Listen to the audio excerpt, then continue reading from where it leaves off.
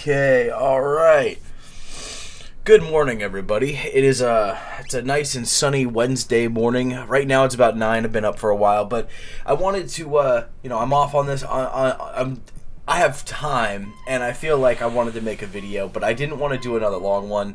I just got done with the common side effects video, and then I also uploaded the Invincible video yesterday. Both of those videos I basically had to make twice just because of like YouTube regulations and whatever. But this is a topic that I really wanted to talk about for a while now, actually. Just because I actually had I'd prepped a video to be made with the same title and everything just like 3 weeks ago. And then, of course, I did the Nintendo Direct video where I was paying attention. Quick side note about me. I grew up with a lot of retro consoles. I was born in the 64 era, and I was gifted a Super Nintendo as a hand-me-down when I was pretty young. So I grew up playing Nintendo games. I really love Nintendo games, hence my Chrono Trigger gameplay. That is not only because, when I think of Nintendo, it brings me back to the roots such as this game, but also because it's the 30th anniversary this year for Chrono Trigger, and I just wanted to, hop back in and play the game a bit. I recorded some footage of me doing it, and I thought, hey, dude, 2 birds, 1 stone right here, so please enjoy my gameplay. But, with that being said, let's get into the real meat and bones of why I'm here, and the point of what we're talking about today, which is going to be that the fact of, game prices are going to be going up, and I think at this point it's pretty much an inevitable. It's inevitable. There's nothing that you can say that would change my mind to thinking that right now is the last you're going to be getting video games for as cheap as you are.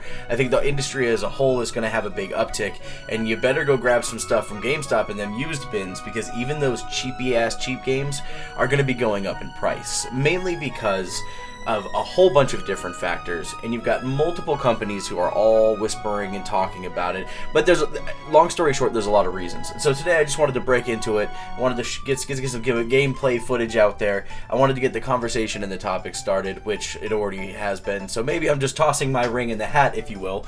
But let's get into it. Game prices are going up, baby. Let's do this. So Nintendo has recently run their Nintendo Direct, where they announced all of their cool new goodies that are coming out over the next year, 2 years, probably until the next console. It was a cool little kickstart to what we can expect, and I'm very torn on this, not even just because of the fact that when it comes to IPs and the devices that Nintendo is making, excluding that shit camera and like their fake little version of Discord, get rid of all that chat function stuff. I cannot believe that they put another useless button on that controller. Thanks, guys. I really needed something else for my kids to button mash while we're trying to play a quick game of Mario Kart. Jesus. It's already a struggle getting rid of those screenshots. Now you're going to tell me that they're going to accidentally open Discord? Just... Anyways. More or less, the stuff that they brought to the table was really cool to look at. The Nintendo Switch 2 looks like it's going to be actually powerful enough to process something, which it should be at this point. We've got other companies kind of already kickstarting that industry, and they're all making handhelds. Look at the ROG, look at the Steam Deck. There are options out there now. So Nintendo really doesn't have an excuse to not have the hardware, because others make it work, and they did a good job. They updated a lot of the hardware. They made things look really interesting. The magnets are the Joy-Cons. Can't say for sure yet, but they look strong enough. More importantly, I think that the Switch 2 ultimately is looking good. The price point, even when you're looking at that compared to a Steam Deck or an ROG Ally, is a little steep. And I think for a lot of Nintendo fans, initially speaking, they would obviously be okay with the price. They would be okay with the price because it's how you play all your absolutely favorite IPs. That's where your Zeldas are dropping. That's where your Smash Bros are dropping. That's where your Yoshis, all your games. If you like those games, are going to be dropping there. And Nintendo holds those with an iron fist. This isn't going to be a hey, you're going to buy Mario on Steam. At least not as far as I can see. So people are going to justify the price. I would justify the price, and that's fine and dandy. But when it comes to the real issue here, the real problem that we're going to see, and the real change of the industry, if you will, is going to be the fact that not only are they going up in price with their console, but they're also going to be doing their main head-running IPs, so Mario's, Yoshi's, Kirby's, probably Smash Brothers. All of their leading IPs are probably going to be $80 to $90. And that's insane to me. And you know, especially with, you know, exclude the little tariffs thing that's going on right now. It's politics. Tariffs will probably happen for a while, but at one point or another they're going to drop. And that means that even though when you're going to be trying to get this stuff at launch, it's going to be a pain in the ass to get, at the very least, if things change, different presidents get elected, or if those presidents maybe change tariffs, who fucking knows? If Trump decides to do whatever, I don't care. But at some point, those prices are going to probably either disappear or decrease at the very least. And we're looking at base prices of $80 and $90. And the worst part of it all is that I've got so many arguments for why the gaming industry is overinflated in its own head as it is now. But if we're gonna be super honest here, I think that Nintendo themselves needs to recognize that, you know, PC culture has exploded, and ever since PC culture has exploded, people don't just buy consoles anymore. Even me, I have a PC, and I have a Nintendo Switch. I really don't have much in between. I don't buy Xboxes or PlayStations anymore. My sole thing is PC gaming. And I justified buying a Nintendo Switch because A, games to play with the family. Nintendo games are great as like multi-generational games. They're so much fun to play. So there's always that aspect, but also I'm a diehard Nintendo fan. Especially back in the day, I bought a lot of amiibos. I have a whole little collection of those. I've been playing Zelda games since before I could like cognitively think, you know. I've grown into my adult life with all of the Nintendo IPs held close at heart. I don't think I really played much more than Nintendo games until past the GameCube. I know I had a PlayStation 2 and I got an Xbox 360 when that was relevant, right?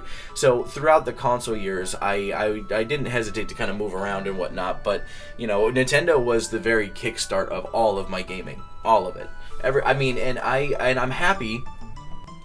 But despite being happy with the things that I enjoyed about it in my childhood, you know, it's just salt in the wounds.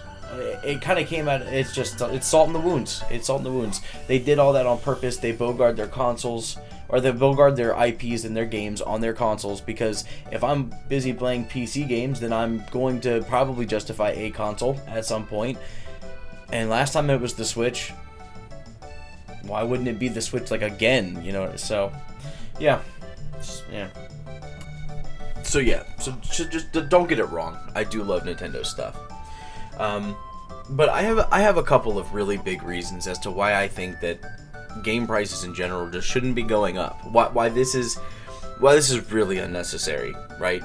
And let's kind of just break into this as easily as possible with the fact that and I looked this up when I was prepping the facts for the video. I don't remember exactly off the top of my head, but I know that when I was being generous, I said something around 5% of games right now are being sold physically.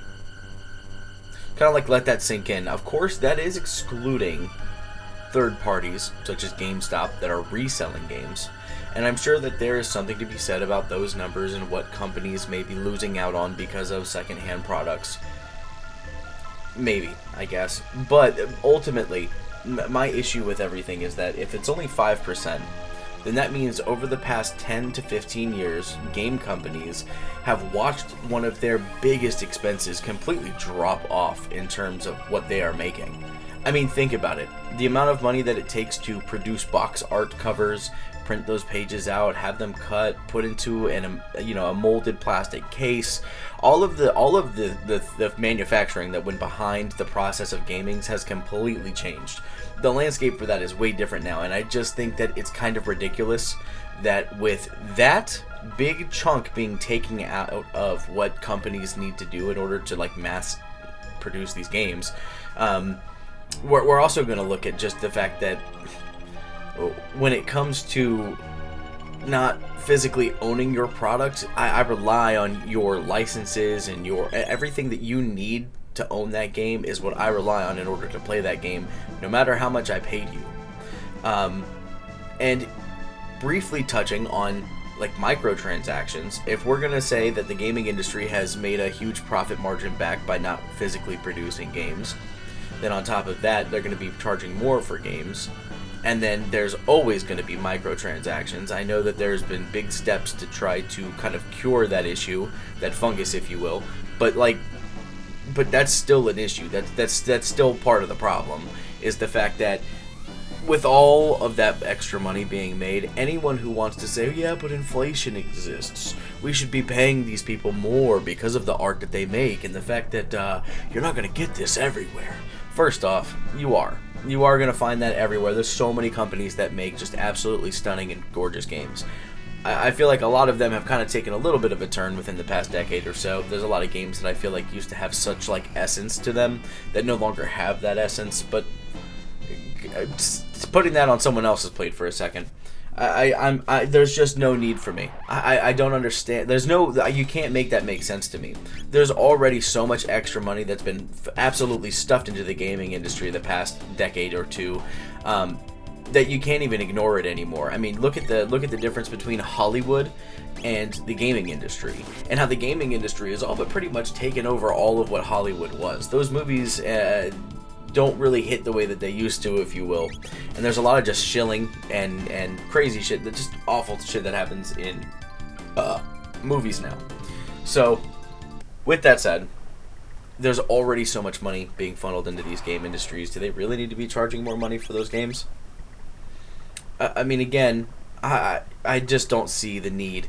And even if you were to raise the price of games, then I would expect there to be like only those games with a level of quality.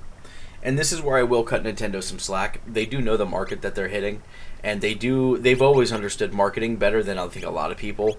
And so you just have the perfect storm.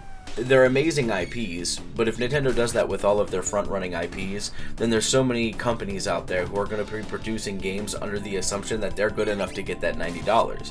I can't even say that these Nintendo games are going to be good enough to justify $80 to $90 on them. They look good. The platforming in Donkey Kong looks immaculate. They haven't had a Metroid Prime release in, I can't even tell you how long. Prime 3 Corruption came out. I don't even want, it makes me sick to Google it, right? So of course they're going to sell that game. They've lined up these dominoes in a way to where you got the GameCube coming out. That's going to help justify that price for a lot of people, even though, well, hold on, we'll touch that in a second. You've got all these IPs that are looking incredibly buff, and they all have these buff price tags to go along with it, and I just don't know if I can justify it. I don't know if I can continue to be a gamer when everything nowadays is, oh, this chair I'm sitting on, it's a gaming chair. Bitch, it's an office chair. What the fuck do you mean it's a gaming chair? What the fuck is a gaming chair? It's just an office chair, right? My keyboard is a gaming keyboard. Well, that one's kind of true. But everything is branded as it's a gaming this and a gaming that nowadays, and you're paying a fucking premium price for these objects. The industry as a whole is so 2012 Charlie Sheen winning right now that they really don't need that extra buff. And I think that for Nintendo to jump that gun of price tags on their games is just highly disrespectful, and I think that the fact that they lined these dominoes up so accordingly and so descriptively and so perfectly just goes to throw salt in the wounds. And just to talk about it and just to bring it up, I am aware that they're going to be having the GameCube on here. I am aware that they've finally done upscaling with those games. I'm aware that they are now allowing for button mapping. But these are all things that should have already been established, okay? I am one of those dumb fools who paid for the retro online Nintendo subscription, and the games that they have, there's some really good titles there that I'd like to kind of introduce to the rest of my family if they don't, whatever. But there just isn't enough support for those games, and they're finally giving the support for those games. But I mean, I still don't know if they can even justify it. if I could justify it. And is it really enough to sell that console? Is it really? I can't tell. I just can't tell. Everyone's talking about it right now. Every other Timbuktu motherfucker out there is posting a video about the changing of game prices and the Nintendo Direct, and I'm just one in a drop of a trillion people complaining about this right now. But that's just because, to me, it's an inevitability. So I just wanted to throw my 2 cents out there. I don't know who really gives a shit. I don't know if anyone at all gives a shit. But what I'm saying is, this is a fucking problem. And me being as old as I am, I feel like I should be being a part of the solution. And I don't really know how to do that other than to either not support these companies that I appreciate or grew up with, or to just ultimately bitch on the internet, I guess. I don't know. But with that said, short video today. Hope you enjoyed the Chrono Trigger footage. Again, I'm happy that it's the 30th anniversary. You can't. I personally can't think of Nintendo without this game coming to the forefront of my mind. And yeah, man, I appreciate everyone who's here, and I'll catch you on the next one. And I'll probably do a little bit more of these like little ranty videos with some Chrono Trigger footage in the background, just because I think it's fun. I just want to bitch about it on the internet. Like I said, I don't know if that's a part of the solution or a part of the problem, but here we are. Catch you in the next one, I guess.